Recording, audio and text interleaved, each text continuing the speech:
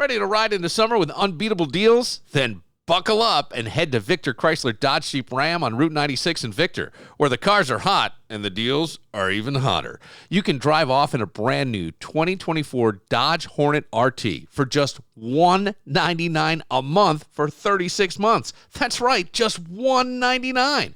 First payment, DMV taxes and fees due at signing, just $2,500 cash or trade down, 7,500 miles per year, and hey, bring that lease loyalty. See dealer for full details. Or maybe you've got a lot of road trips in your future. Then check out the all-new 2025 Jeep Compass Limited 4x4. Perfect for adventure and style. Lease it now for just $279 per month for 36 months. Same deal. First payment, DMV taxes and fees due at signing, $2,500 cash or trade, and lease loyalty required. And whether you're driving off in something new or keeping your current ride running like a dream, their state-of-the-art facility and certified technicians at Victor Chrysler Dodge Jeep Ram have your back. Safety, reliability, and expert care. It's what they do. So when you're ready for your next vehicle or ready to give yours the TLC it deserves, come see Victor Chrysler Dodge Jeep Ram on Route 96 or visit VictorCDJR.com. Because at Victor Chrysler Dodge Jeep Ram, it's all about the drive. Well, hello, my chicken wing lovers and food fanatics. I want to tell you about a gem right in the heart of Webster, Cobblestone on Main at 109 West Main Street. We've been talking about them since the inception of the podcast.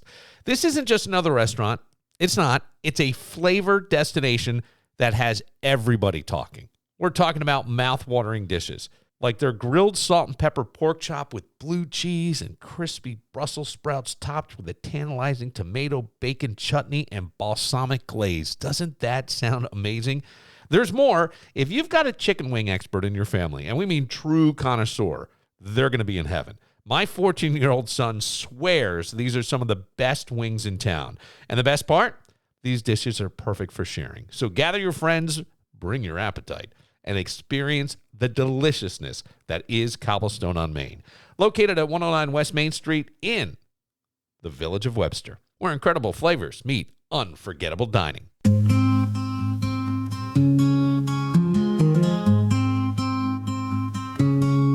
You got a mountain inside your chest. It's been a while just waiting to crest. Look through the fog and clench your fists. Strike a spark, ignite the mist. Feel the earth beneath your soles. Roots run deep, you're in control. Whisper loud and let them hear. Every answer's in your mirror. Step into the light, my friend. The power's in your Oh, you got the power. Sometimes you just, I don't know, Sheila. Sometimes it feels like you misuse the power. You get your power, your current gets rerouted. That's what it feels like, right? It gets rerouted. Like Sheila came in yesterday, and we lost power here for a while, and we decided, all right, we'll come back and do this another day. And you and I had talked, and I said how I used to kind of do these things to get on a better feeling, get off on the right foot, so to speak, on your day. Yeah, and I haven't been doing that for a while. And so today I did that. And I was a little wobbly, but I was feeling all right. And then I get a message from someone, and I didn't like the message. And the message was innocuous. It was clear, just truly innocuous. What are you up to? What was kind of the gist of it? And it just was like, ugh. And I don't understand why that would bring me back to a lower vibration and what is happening, because I always feel like we're in control of ourselves. But then as I talk to you, you talk about the energy that's here and how that affects things. And I wonder, is that more of what some people would say is life is always coming at you? Oh, right. Right? Life's always coming at you. You just have to be up higher. And so I'm curious as to your thoughts on the energy that's around and what we need to do to keep ourselves more on that high-flying vibration. Yeah. How do we navigate that energy? Yes, yeah. Exactly. And that's what we talked about yesterday about being an inside job. Right. And a lot of people saying, well, what the heck are you talking about? But it is true that the frequencies out there affect everything about us, our thoughts, our feelings, our discombobulation. And, this morning I had a connection on Facebook, one of the social medias, about what I do should all be free. And that's true. Energy is free. But also it's part of our professional experiences and how we help each other. Just like what we talked about yesterday about being in the field and how everybody affects us, everything affects us. And why does it affect us now? This energy is powerful. And it also is very disruptive, but it also can be very peaceful. And that's why it's always the inside job. Inside job to knowing what to do and how to do it. And sometimes we don't know. We don't know. Well, it does feel like, there's upstream, downstream, where you can kind of flow with things or you're fighting the current.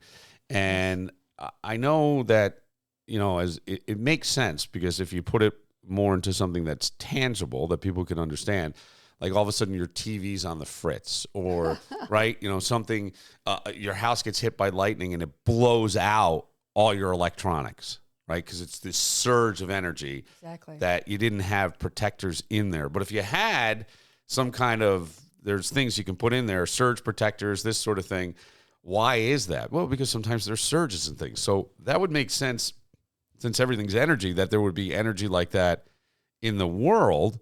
And then your job is to sort of put your surge protectors in there. Oh, absolutely. Right? And that would be things like going inside, meditating, being quiet, taking a walk, being in nature, giving yourself, I used to hear artists say they would go on the artist's date. They would take themselves on the artist's date. Yeah. Where they would just kind of go out and do. And I did that once or twice.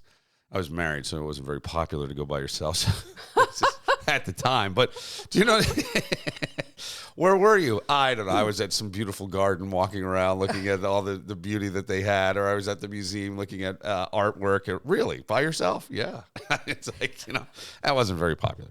But I would say that that's a smart thing to do because it connects you back to the source. Exactly. You're going to use somebody, or you're going to really help them move on. It's all about you using your power to be able to be the best you can. And of course, it is always about an inside job.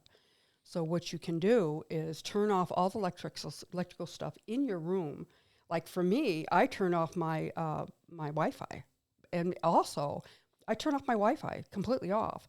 And my modem is actually in the next room, and my head faces that room. All right. So I have found that I have more restful sleep when I turn the modem off completely. And also my phone, I still have it on, but I have it away from my bed. I have it like 10 feet away, right? So I have it connected to power. So if I need power. So I am connected with power, but I'm not having this surging 5G energy going through the actual field where I'm sleeping, trying to get rejuvenated. So there's a lot of things you can do besides going inside. There's things in the electrical field that affects your thoughts, your behaviors, your responses. And restful sleep is very, very important for all of us. And because this energy is changing so much, people have problems with their sleep patterns. Absolutely. Yeah. Absolutely. But that's one of the biggest keys as far as really going with inside. So funny that you're bringing that up, and I'm thinking in my head, what would happen if I turned off the Wi-Fi when I went to bed? What would happen? Nothing.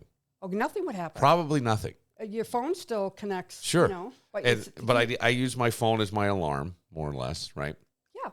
But keep it 10 feet away. That's fine. Yeah.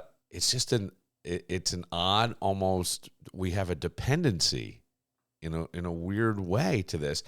And as you're talking, I'm thinking of, I used to have a pop-up camper, probably 25 years ago. I was a single guy. I had a pop-up camper. I would go camping, and phones weren't really that big then. This would have been the late 90s.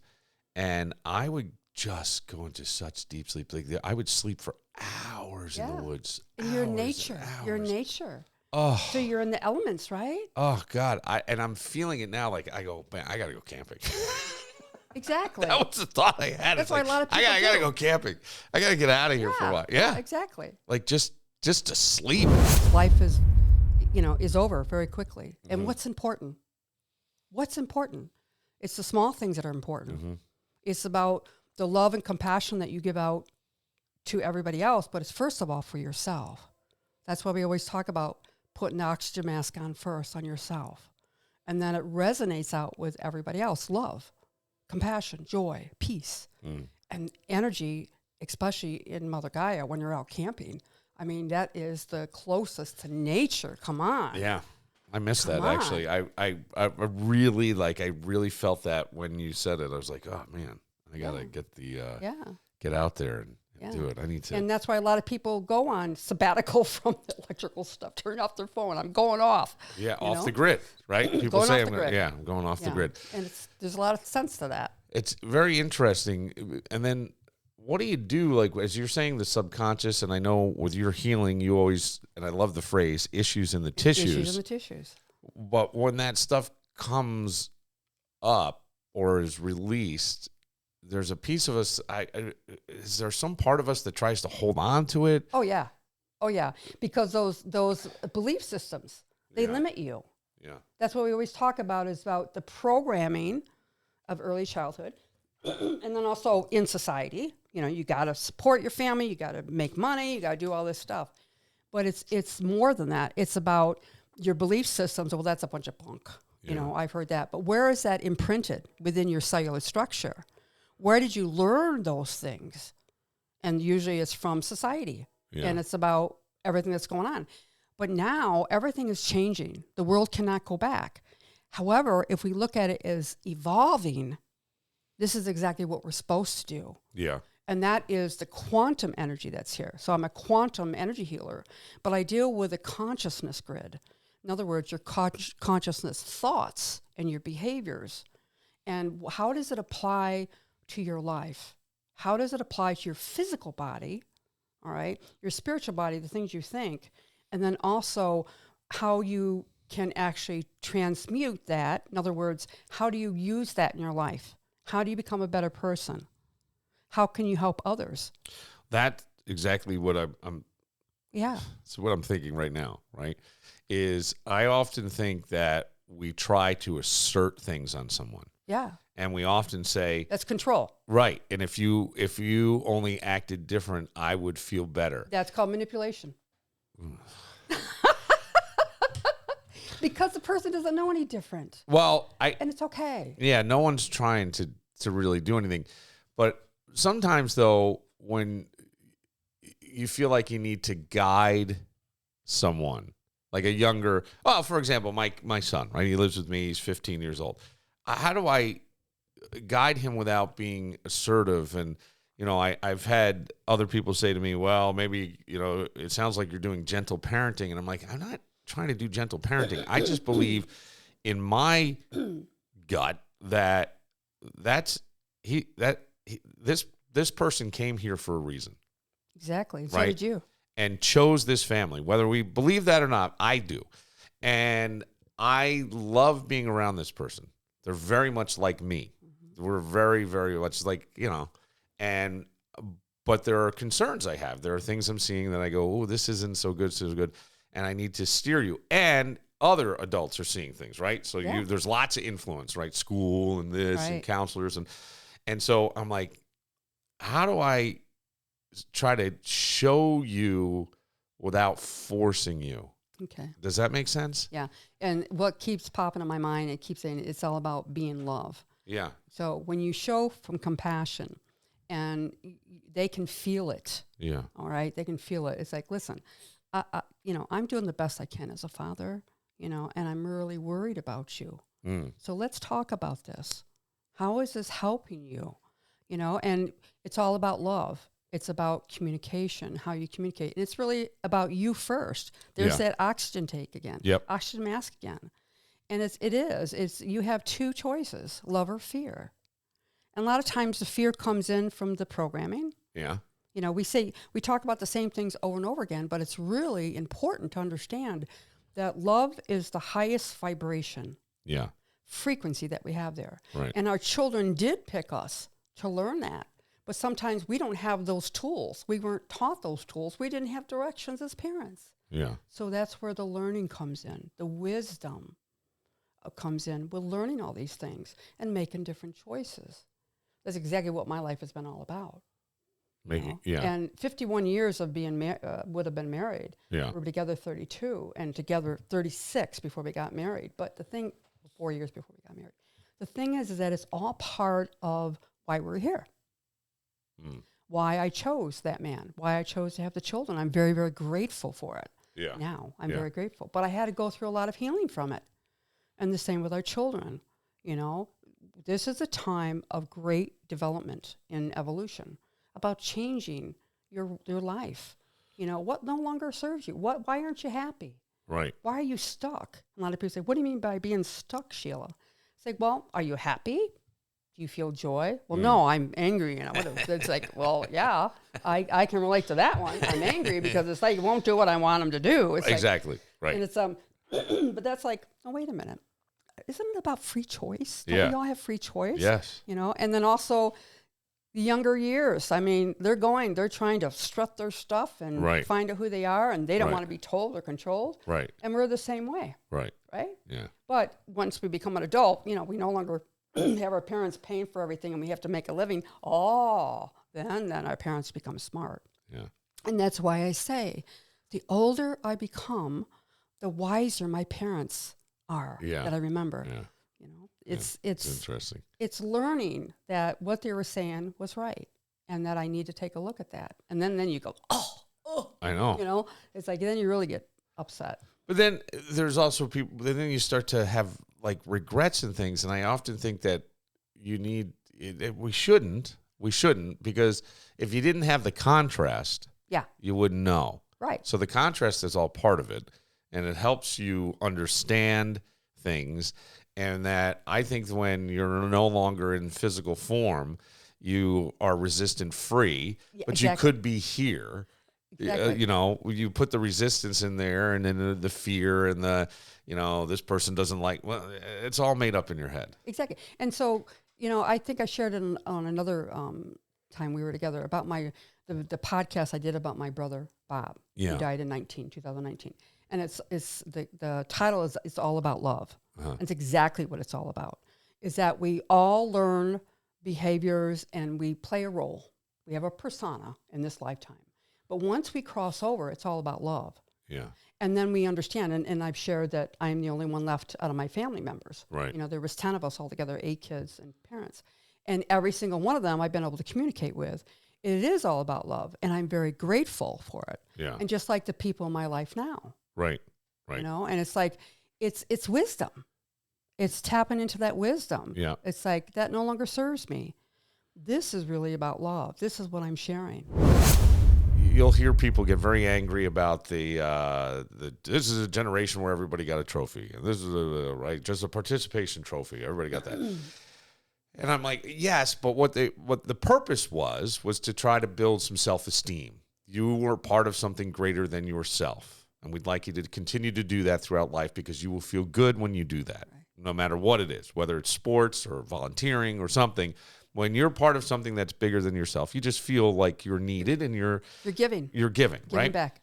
And but I think this old school thinking of, well, you can't. There was a purpose behind it, but you're right. The self-esteem shouldn't come from the trophy. It should come from within. Exactly. It's just like, why are you on a team? It's everybody on the team. You work together. Yes. But when you have a star player, people say, well, what about him? It's like, no, it's you're all, you take turns who's a star player, but also you're a big team that works together to complete a task. Exactly. And you want to work individually on your skills to be part of that team. Right. And those things. And when you fail, yes, it's okay. It's okay. Yeah. And I think that's kind of an important thing to learn. But when you start to feel like somebody said something about I wasn't as good as I was the last game or whatever, and that hurts. Yeah. But you got to, how do you get, remind someone, go inside and find whatever that was and bring that back out, because what they say doesn't mean anything. What you feel and how you react to it means everything. Exactly. And that's a hard concept to teach I guess. Oh, yeah. That's where I think things like, that's why I try to, let's go to the gym so you can see the improvement in, just for example, lifting weights. This week we lifted this. Oh my gosh, we're up 5 pounds. That feels good. That feels, I'm getting stronger. I'm moving forward. I feel good about myself. And I think that that's a really important thing. And, that's where the saying is often like, we can do hard things, right? I hear that a lot. And I'll say, yeah, I don't like the grind word and all that. You got to do it, but try to find a word that is less ugly. You know what I mean? I got to grind it out. We're grinding today. All right, if that's a word that makes you feel happy that you're going to do that, but most people aren't, and they say it begrudgingly. So I would try to find some other way to say it, but it's all those things. Yeah, when you grind, when you run 3 miles and you didn't feel like it, and you did, and you're at the end of it, and you go, oh, I did it. That's right. That's a real self-esteem thing. And now everything else in your day just seems to go easier, but you just put yourself on a higher frequency. Yeah. You did. True? Yeah. Isn't it true that's why, and because you've experienced that, then you can share that with somebody else? Yes. That's the love giving back and forth. Okay. That's that we're not alone. Right. We do this together. Yes. We're all part of the oneness. Well, yeah, I mean, look, Harvard's been doing the happiness study since 1938. Yeah. And on longevity and everything. Oh, and yeah. the one thing that they're seeing is it's human connection. Absolutely. And it's love. And it's love. It's love. I mean, when it really comes down to it, it's love. It's human connection. Well, why we can say human connection? Yeah, but I hate being around that guy. He's always an asshole. Yeah. But it's not. It's about being around people you like and doing things and laughing and that's all on a higher frequency of love. Yeah. But why is it you don't like that person because they're an asshole? Because they triggered something in you. Yes.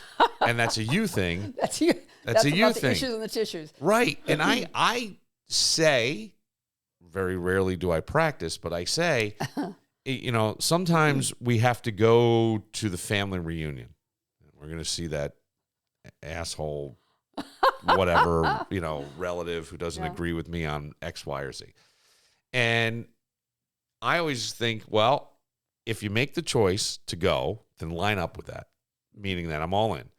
And then start to think of all the positive qualities about the person, maybe even write them down, and you'll get more of that if you focus on that than you will the other side. Exactly. And then you leave and you go, yeah, I guess Bob's not an asshole. Yeah. And then you'll run into your sister and go, Bob's really an asshole. I can't believe what he said to me. You know what I mean? But you can, and it's really all, you have all the power. Exactly. That's the thing that I truly believe, and yet sometimes maybe I don't, because I feel like just throw up my hands and you're flop doing fine, in the bed. Bill. You're doing fine. You know what I mean? It's like you just want to collapse and just go, But I think you have all the power. I think that Buddha, not Gandhi, but Muhammad, Jesus, it was all the same message. It's all about love. Trying to say to you, you have it within you. You are us. We are you. Exactly. It is the idea that all is one.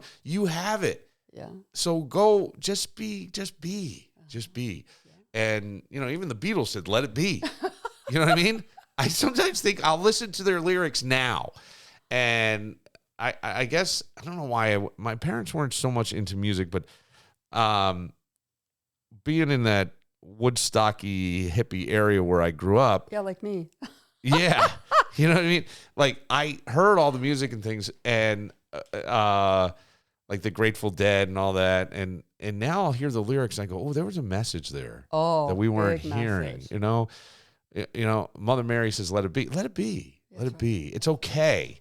No, you're not getting anything wrong, and you never get anything done. So why are we sweating? You're eternal, right? You're eternal. Exactly. You're never going to get it all done, whatever it is. I mean, but we get caught up in the day-to-day. Shit, I didn't dust it.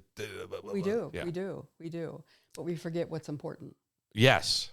So how do we remind ourselves of that? By going within? Going within. Yeah. Going within. And also, when you hear a message over and over again and you ignore it, and then all of a sudden you're at the right part of your life to actually hear it, the enlightenment time or the awakening time, or it's like, I can't do this anymore, help, all right? And so that's when you look for the signs. That's where the serendipity comes in. The signs is, okay, I heard this person once and it sounds good. All right, so I'm going to actually connect with that person finally. Yeah. But it isn't until you get to the very bottom, and that's what like recovery program uses, the step work. First, you admit you're powerless, all right, and you need help. And that's very, very good. And then it's how do you use that in your life? How do you actually make amends but really mean it? And it's about you healing yourself first, going within first, and then using it beyond.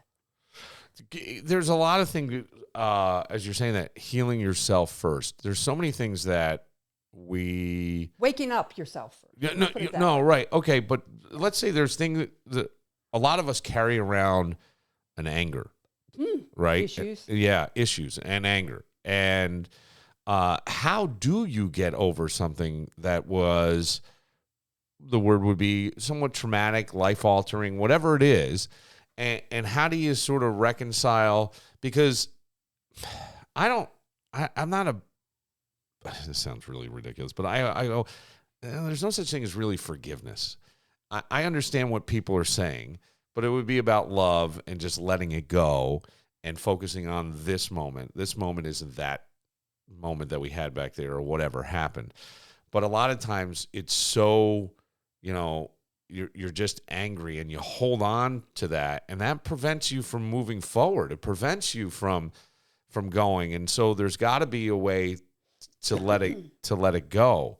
And I think for a lot of people, it's very, very hard to do that, even if you go within, right? But there's got to be a way. This is the time. This is the way.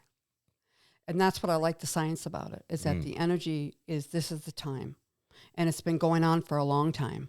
It's been going on for a real long time. Yeah. And now this is the time that people are waking up. That's why it's called the shift of the paradigm, consciousness shift. Okay. Of the energy, the feeling that's going on. You can do all the work. You really can.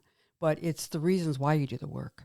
In other words, are you doing it for somebody else to get something, the agenda or the narrative? Or are you really going with inside and hitting your bottom and saying, I need help? That's the divinity part about it, the divineness part about it. Yeah. It has to be your own awakening. And also, when you talked about all those things, that's exactly what integrated energy therapy is about. It's a whack-a-mole effect. Right. You feel guilty, or you feel angry, or you feel resentment. Yeah. And the forgiveness is in all those different areas. It's about yourself first. That's why it's the inside job. Right. Healing yourself first so that it makes a difference on the outside and your life changes. Yeah. Your life changes. Right. Your life changes. Your life changes. Yes. It is. If you choose. Yeah. I see your mind going. Well, it's sort of, here's the thing is like, I know exactly, I'll just make this very personal because I don't know how else to say it. Well, you have to. But I know exactly the things I need to do to feel my best and to be my best. And yet I don't do them. And I don't understand why. That's the insecurities. That's the unworthiness or things that you feel inside that's locked within the cellular structure. Yeah. Now, when we talk about energy, we're going to go back to past lives. All right? So a lot of times we talk about this before. A lot of people don't believe in it, but I believe in it. And I do know that I have deja vu, all right? Whether it is past lives or whether it's something that you've seen that was going to happen in the future and it came through and it blew your mind. Yeah. But it's really about what you learned from all those past lives. And a lot of times when you start to awaken up, your cellular memories, remembering the bad things that happened, it's like, oh, I can't do that. I can't get in touch with that feeling or what is really coming through because you know what's going to happen. It didn't turn out very good, the past lives. Right. So you're going to stay stuck. Yeah. And that's exactly where they want you. But going with inside helps you unravel those negative energy loops of distortion. Distortion is the negative things that you used to survive. You survived in those lifetimes. Oh, okay. Yeah. And that's okay. That's okay. But this is a different time of humanity. We are evolving. Yeah. But what is that almost resistance? Like you just go. That's the fear. Yeah. That's the fear of like, if I don't do this, I'm going to, I won't be able to live. Just like when I got into recovery. Yeah. All right. When I was in rehab, I put myself into recovery. I was the only woman out of 12. And a lot of them resist. And counselor said to me, Sheila, what are you feeling? What are you feeling? They kept after me. And I said, I didn't dare say what I was feeling. And then finally I blurted out, I don't know what the F I was feeling. Right. I didn't. But it was the fear that if I started crying, I would never stop. Yeah. Because the pain was so deep inside.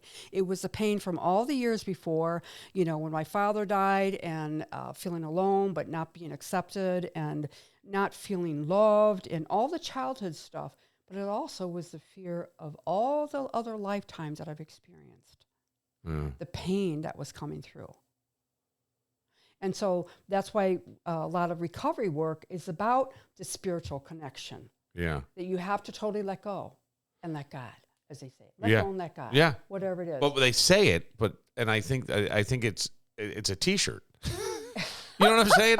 It's a T-shirt. It's a saying on a T-shirt. It's a bumper sticker, and people go, let go and let God. But have you? It's hard to do that because you feel like you have to control this or hold it tight, and all it's doing is holding you back. Exactly. And you're not seeing that. And for my personal thing, like, I know I should probably get up at 5 o'clock in the morning and go for a walk and do a stretching and meditate and write. And I always feel better when I do that. But I'm tired. Okay, those are the shoulda, wouldas, and couldas. Yeah, and so, and I know the person I want to be, right? But then I go, but that guy's boring. You know what I mean? Like, I go, that guy's boring. Wouldn't you rather go out Friday night, get a little buzz on, and just have a good laugh? But that's But then then the next day you don't feel as good, and then you're behind, and so everything's like piling up, and then you're just like, ah. And effort, right. And so you've had the control all along to do it, but you look at it wrong. And I don't know how else to look at it because I go, I know what I want to be. I know where I want to be. I know exactly what I want to do with all this stuff, but I can't seem to get out of my own way. Okay. So the thought process, you just put it out there. I can't seem to get out of my own way. You purposely or didn't know that, but subconsciously you put it out there. You can't do it. Yeah. Right. Your thoughts. Yes. All right. That's where the shoulda, wouldas, and couldas come in. When I say shift into the positive thinking, that's where the energy comes in. Your thoughts actually promotes what you're going to feel on the outside and also on the inside. Right. And your actions. So if you project, I'm going to have a great day today. It's going to be wonderful, and I'm going to accomplish all these things, and I'm just so glad. Thank you for allowing me to do this. You put it out there, all right, and you will see the difference in the changes. Just like turn off the electrical stuff at night. You see the changes in your sleep cycles. Yeah. You will see the changes in humanity. You will see the changes in the people that you connect with and say, now I get it. I learned that lesson. Yeah. All right, now I can put my thought in. It's about conversation. Right. And we know when a person is being sincere because you can feel it. Yeah. I'll give you an example. I had 2 parties to go to last night, and either one of them, one more than the other, could have turned into the proverbial shit show. Of course. Right. And I could have really let myself go and probably wound up in a situation that I would not have been comfortable with. And I have a lot going on with my son, and I made him come with me, and he was not happy. Oh, I bet. And he stood there, and we stayed, and he was making fun of people to me, right, poking fun at the other people, and I was laughing hysterically, and he started to loosen up. And then he went out, and 2 kids who were probably like 9 or 10 years old, he's 15 and 6'1", wanted to play him in basketball 2-on-1. And he's in dress shoes, and he loved it. He had a great time. And some girl there, he got her number or something, and we left. And I needed to go to another party that was for a friend was having, but this one was at a bar, so he couldn't come with me. And he said to me, he goes, I wish you could go back. I had a good time. And I was like, yeah. And then I went to this other place. My other son was there. I didn't drink a lot, and I left, and on my way home, I was like, that was a great night without being stupid. Yeah, exactly. Without being stupid. And I'm like, that's how I want to live. This is what I want. I want to be able to do these things, but not lose myself. But I have this thing where I don't know what it is. I like drinking. And once I start going. Well, that's like you don't want to let go. Yeah. but I don't like drinking like that anymore. That's the turning point. Yeah, I don't. I like the social aspect of it, but I'd almost like to have a placebo in my hand, if you know what I'm saying. Like, everybody thinks it's a drink, but it ain't. Well, when I go to parties, I don't get invited to too many because most of them are drinking parties, and they say you don't drink. But that's their judgment, interpretation of what a party is going to be all about. You have to drink. It's like there's so many sober people that have a great time. Yes. When I got sober back in '93, and when I went to the first convention to see people dancing and laughing, it's like, holy shit. Yeah. What have I been missing? What have I been missing? Right. Because it's being authentic. It's being real. You're not putting a show on. No. You're not getting courage out of the bottle type thing. You're actually being who you are. And people want to be around you. Yeah. It's not, but it's like choices again. Right. What do you want to do? What do you don't want to do? You know, and it's great because I love going to parties and when people, you know, realize I'm not drinking, I don't have to show that I'm not drinking. I just have a drink in my hand. Who says if it has to be alcohol or not?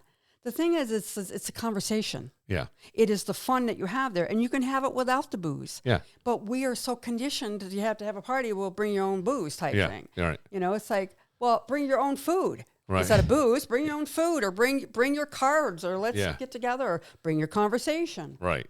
Right. You know, and that's what I like to do. Is like, how can I have fun? Right. Just be myself. Yeah. I'm more than just, you know, this meat suit, as they say. Yes. You know, I'm more than just, you know, my persona or my title or whatever. Right. I'm a person. I'm a person who loves life. Right. You know, and we are all in this together. I think that's a great note to kind of wrap it up on. I will say this.